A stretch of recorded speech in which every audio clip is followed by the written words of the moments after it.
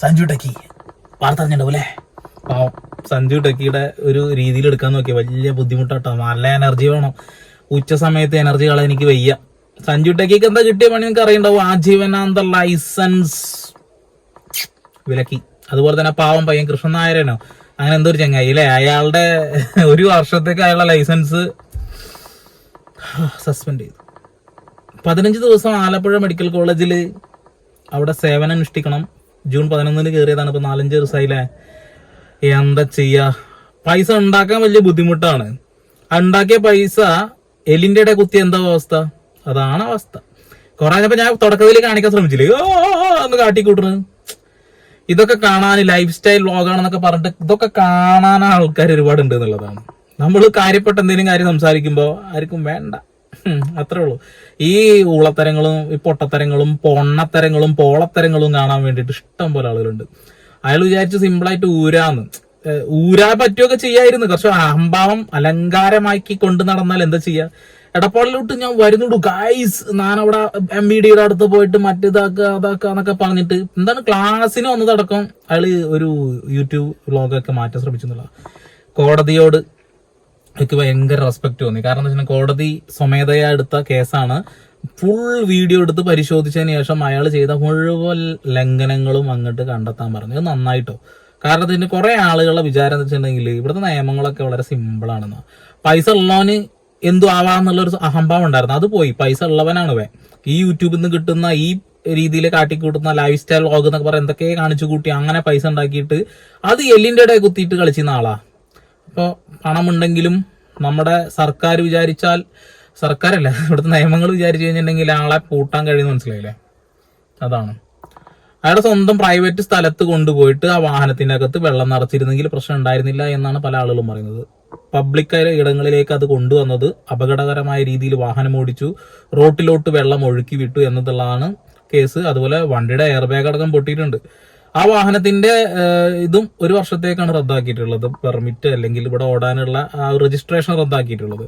ഇനിയിപ്പോ അത് തിരിച്ചു കിട്ടിയാലും സഞ്ജുട്ടേക്ക് കായുള്ളവനാണ്. ഓൻ ഭയങ്കര റൈസർമാരെ കൊടുന്ന് ചിലപ്പോ ഡ്രൈവറായിട്ട് വെക്കും.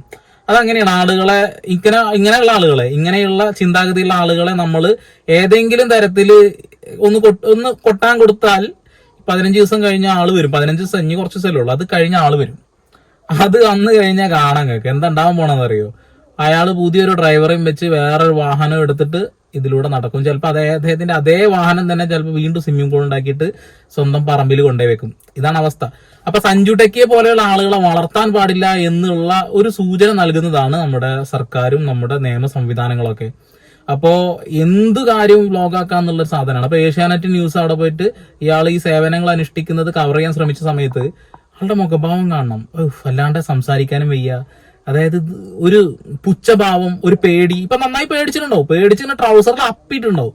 അതാണ് നിയമത്തോട് തൊട്ട് കളിച്ചാൽ അങ്ങനെ ഇരിക്കും. കയ്യങ്ങൾ നിന്ന് പൊള്ളും. ഇതൊരു വലിയ കാര്യമായിട്ടൊന്നും ചർച്ച ചെയ്യേണ്ട കാര്യമുള്ള കാര്യമൊന്നുമില്ല. പക്ഷെ എന്നാലും കുറെ ആളുകൾ ഈ ഒരു വിഷയത്തെ, അതായത് ഇതൊരു പ്രചോദനമായി ഉൾക്കൊണ്ടുകൊണ്ട് ഓരോന്ന് ചെയ്യും. ഇപ്പൊ മേക്ക് എ സീൻ എന്നൊരു സാധനം ഓർമ്മല്ലേ, ആളുകളെ കൊണ്ട് കിണറ്റി തട്ടിയിട്ട് മേക്ക് എ സീൻ എന്ന് കാണിക്കണം. അതേപോലത്തെ പരിപാടി ഇതിലേക്കും വരും. ഇപ്പൊ സഞ്ജു ടെക്കി ഇതോടുകൂടി നന്നാവുന്നൊന്നും നിങ്ങൾ പ്രതീക്ഷിക്കണ്ട. പുതിയൊരു ഡ്രൈവറെയും വെച്ച് പഴയ കളീനെക്കാട്ടി ഇരട്ടി കളി കളിക്കും. അതിന്റെ നിയമവശങ്ങൾ ഇപ്പൊ പഠിച്ചിട്ടുണ്ടാവും.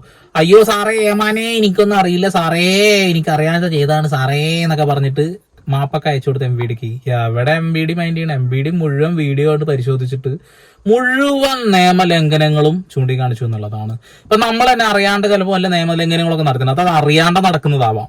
അറിഞ്ഞുകൊണ്ട് അറിയില്ല എന്ന് പറയുന്ന ഊളത്തരൊന്നും നമ്മുടെ നിയമത്തിനോട് കാണിക്കാൻ പറ്റില്ല എന്നുള്ളതിന്റെ ഏറ്റവും വലിയ തെളിവാണ് സഞ്ജു ടെക്കി ഇപ്പൊ മൂഞ്ചി മുക്കള അടിച്ചും കരഞ്ഞ് പന്താറടങ്ങി അവിടെ കിടക്കുന്നത്. ഈ യൂട്യൂബ് ചാനൽ പോലും ഇവിടെ കട്ട് ബ്ലോക്ക് ആക്കാനുള്ള സംവിധാനങ്ങളൊക്കെ നമ്മുടെ സർക്കാരിനുണ്ട്. യൂട്യൂബിന് ഒരു മെയിൽ അയച്ചു കഴിഞ്ഞാൽ സർക്കാർ സംവിധാനങ്ങൾ അയക്കുന്ന മെയിൽ പരിശോധിക്കുകയും അത് ശരിയാണോ തെറ്റാണോ എന്ന് മനസ്സിലാക്കിയതിനു ശേഷം പണി കൊടുക്കും. ഇവർ എക്സ്പെരിമെന്റ് വീഡിയോ ചെയ്യുകയാണ്, ഇതാരും ചെയ്യരുത്, അനുകരിക്കരുത് എന്ന് പറഞ്ഞൊരു കോഷൻ മെസ്സേജ്, ഒരു എഡ്യൂക്കേഷൻ വീഡിയോ ആണെന്ന് പറഞ്ഞുകൊണ്ട് ചെയ്യുന്ന വീഡിയോസിന് യാതൊരു തരത്തിലുള്ള പ്രശ്നങ്ങളും ഉണ്ടാവാനുള്ള സാധ്യതയില്ല. പക്ഷെ ഇത് അങ്ങനെയല്ല. ഗൈസ് എന്നെ MVD പൊക്കി ഗൈസ് 1 ലക്ഷം അടച്ച് ഗൈസ് എന്നൊക്കെ പറഞ്ഞിട്ട് ഇടക്കിടക്ക് നിയമലംഘനം നടത്തുന്നത് പ്രൊമോട്ട് ചെയ്യുന്ന രീതിയിൽ. അതുകൊണ്ടാണ് കേട്ടോ, അല്ലാതെ വേറെ പ്രശ്നമായിട്ടൊന്നല്ല. ഇപ്പൊ നിയമപരമായിട്ട് ഈ വാഹനത്തിന് ഓൾട്രേഷൻ കാര്യങ്ങൾ ചെയ്യണമെന്നുണ്ടെങ്കിൽ നിയമവശങ്ങൾ നോക്കിക്കൊണ്ട് നമുക്കത് ചെയ്യാന്നുള്ളതാണ്. അപ്പൊ നമ്മൾ എടുക്കുന്ന ഒരു വാഹനം, നമ്മളൊരു വാഹനം കണ്ട് ഇഷ്ടപ്പെട്ടിട്ടാണ് എടുക്കുന്നത്. പിന്നെ അതിലൊരു എക്സ്ട്രാ ഫിറ്റിങ്ങിന്റെ ആവശ്യമില്ല അല്ലെ, കണ്ട് ഇഷ്ടപ്പെടുന്ന ഒരു വാഹനമാണല്ലോ. ഓക്കെ, അപ്പോ പുതിയൊരു നിയമം കൂടിയുണ്ട്. ഇപ്പൊ ഞാൻ ഈ വാഹനത്തിന്റെ മുന്നിൽ ഇരുന്നു കൊണ്ടാണ് വീഡിയോ ചെയ്യുന്നത്, സ്റ്റിയറിംഗ് പിടിച്ചുകൊണ്ടാണ് വീഡിയോ ചെയ്യുന്നത്. പക്ഷെ ഈ വാഹനം എന്റെ വീടിന്റെ മുറ്റത്ത് ഇട്ടിരിക്കുകയാണ്. ഈ വാഹനം ഓടുകയാണെങ്കിൽ ഈ ഫ്രണ്ടിലുള്ള ക്യാബിൽ ഇരുന്നിട്ട് ഏത് വാഹനത്തിന്റെയും ഫ്രണ്ട് ക്യാബിൽ ഇരുന്നിട്ട് വീഡിയോ എടുക്കാൻ പാടില്ല എന്നൊരു നിയമം പാസ്സാക്കിയിട്ടുണ്ട്. അത് ഗണേഷ് കുമാർ പറഞ്ഞിട്ടുണ്ട്. അപ്പൊ ഞാൻ അതാരും തെറ്റിക്കാതെ നിൽക്കരുത്. ബാക്ക് സീറ്റിൽ ഇരുന്ന് ചെയ്യുന്നത് പോലെയല്ല, ഫ്രണ്ടില് ഡ്രൈവറുടെ ശ്രദ്ധ മാറാനുള്ള ഒരു സാധ്യതയുണ്ട്. അതുകൊണ്ട് ഇങ്ങനെ വാഹനം ഓടിക്കരുത് എന്നുള്ളൊരു നിയമം വന്നിട്ടുണ്ട്. ഇതിപ്പോ നമ്മുടെ വീട്ടില് നമ്മുടെ പ്രൈവറ്റ് പ്രോപ്പർട്ടിയിൽ ഇട്ട വാഹനം ഓടിക്കാതെ അതിനകത്ത് കയറി ഇരുന്ന് വർത്താനം പറയാണ്. അതിന് യാതൊരു തടസ്സമില്ല. അല്ലാത്ത പക്ഷെ നിങ്ങൾ വ്ളോഗ് ചെയ്യണമെന്ന് ആഗ്രഹിക്കുന്നുണ്ടെങ്കിൽ ബാക്ക് സീറ്റിലോട്ട് പോയിട്ട് അവിടെ ഇരുന്ന് വ്ളോഗ് ചെയ്യുക. ഒരിക്കലും ഡ്രൈവറുടെ ഡിസ്റ്റർബ് ആക്കരുത്. അങ്ങനെ ഒരു സാധനം ഞാൻ കേട്ടു, അതുകൊണ്ട് അത് ഓർമ്മപ്പെടുത്തിയാണ്. ചില ആളുകൾ ചിലപ്പോൾ അറിയാണ്ട് ഇനി അത് ചെയ്ത് അതിൽ പോയി പെടണ്ട വെച്ചിട്ടാണ്.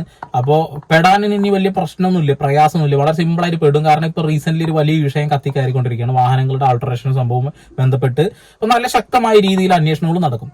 അപ്പൊ സഞ്ജു ടെക്കി കിട്ടിയത് ആജീവനാന്ത ലൈസൻസ് റദ്ദാക്കലാണ്. അദ്ദേഹത്തിന് വാഹനം ഓടിക്കണമെങ്കിൽ ഇന്ത്യക്ക് പുറത്ത് പോയിട്ട് ഇനി വാഹനം ഓടിക്കുക എന്നുള്ളതാണ്. വാഹനം ഓടിക്കുന്നവരെ ഓടിക്കുന്ന നിയമം ലംഘിച്ചിട്ട് ആ നിയമം ലംഘിക്കുന്ന ആളുകളെ പിടിക്കുകയും ചെയ്യും പോലീസുകാർ. അത്രേ ഉള്ളൂ. അതിന് വലിയ രീതിയിലുള്ള പിഴ ഈടാക്കും. ഇത്തരത്തിലുള്ള ഏതെങ്കിലും സേവനങ്ങൾ ശിക്ഷയായിട്ട് കൊടുക്കുകയും ചെയ്യും. ഓക്കെ, അപ്പൊ ഞാൻ ആ വാർത്ത കണ്ടപ്പോ സത്യം പറഞ്ഞിട്ടുണ്ടെങ്കിൽ ആ മണ്ടത്തരം കാണിച്ചുകൊണ്ടിരിക്കുകയാണ്. ഓരോ ദിവസം ഓരോ പൊട്ടത്തരങ്ങൾ കാണിച്ച് പൊട്ടത്തരം കൊണ്ട് തന്നെയാണ് വൈറലാവുന്നത് അല്ലെ. ആദ്യമായി വൈറലാവുന്ന വീഡിയോ ഏതാണ്? ഏതോ ഒരു ബൊമ്മ, അതായത് വാട്ടർ പ്രൂഫ് ബൊമ്മയാണെന്നിട്ട് അതെടുത്ത് കിണറ്റി ചാടിയിട്ട് അത് കേട് വന്നിട്ട് 4 തെറി വിളിച്ചിട്ട് അയ്യോ ഗൈസ് അടിച്ചു പോയി ഗൈസ് എന്നുള്ള 4 തെറി പറഞ്ഞതിനാണ് വൈറലായത്.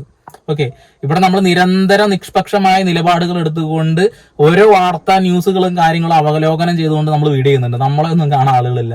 പൊട്ടത്തരം കാണിക്കുകയാണെങ്കിൽ, വെറുപ്പിക്കൽ കാണുകയാണെങ്കിൽ കാണാൻ ഇഷ്ടം പോലെ ആളുകളുണ്ട് എന്നുള്ളതാണ്. അപ്പൊ ഓക്കെ, എന്തായാലും സുലാൻ നമുക്ക് വീണ്ടും വാർത്തകളുടെ അപ്ഡേഷൻസ് വരുമ്പോൾ കാണാം.